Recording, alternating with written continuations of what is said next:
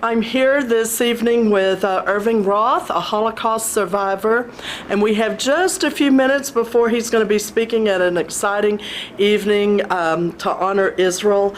Mr. Roth, do you see any parallels with what led up to the Holocaust and what we are seeing today with the Muslims and ISIS attacking and capturing Christian and Jews today? I certainly do in many ways. The first major issue really is, why is it and how is it possible to organize a good part of the world? Millions, tens of millions, hundreds of millions of people in hatred. Yes. How do you do that? Well, it's very easy really. It's demonization. Demonization of the Jew then, demonization of the Christians and Jews today. And it's very simple.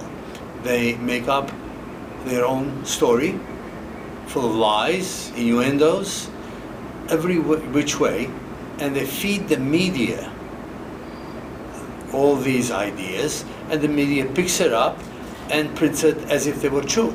Mm. And the moment that takes place, it keeps, unfortunately. And it's been going on for a long time. And that really is the problem, the demonization. How old were you when the Holocaust occurred? Well, it depends upon when we speak of the Holocaust. My beginnings, and I'll speak about it today, really began in 1939, because the country I lived in, called Czechoslovakia, was dismembered by Nazi Germany, and Slovakia in particular, one of the parts of the country, became a fascist country and took on every characteristic, particularly with respect to Jews, that Germany had. As a first step was the issue of disenfranchising the Jews.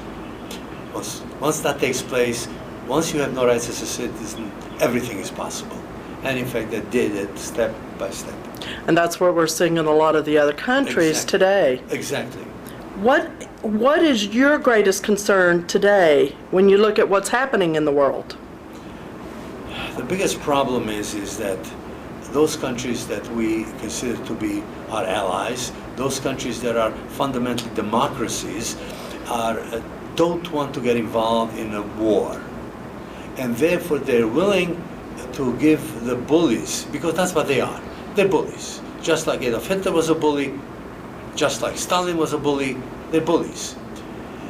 And people ought to understand that bullies do not stop at one particular moment. You begin saying, I want piece of your land. Well, because some of the people who live in your land speak my language, and therefore they should be my country. Mm. And that sounds almost reasonable, and then they continue. Wow. One last question, because I know you need to get into a VIP reception. What must people understand and remember from the Holocaust? I think the most important thing is to understand the step-by-step process. How they went from saying, we need a piece of Czechoslovakia, we need a piece of Poland, into really controlling all of Europe. A step-by-step process. Similarly with the Jews. We're going to take away just very little from the Jews. In fact, Nazi Germany comes into being in 1933, January.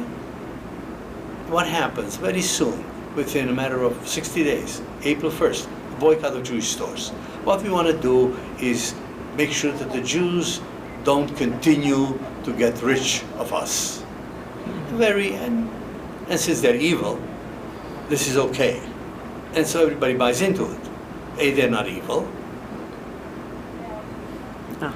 And then it continues. Mm. The moment you give in the first time, the next step is easier, the next step is easier. And then comes the very end, the murder, the annihilation. Wow. Well, I look forward to hearing you speak this evening. Thank you so much for your time. I greatly appreciate it. Thank you. Pleasure.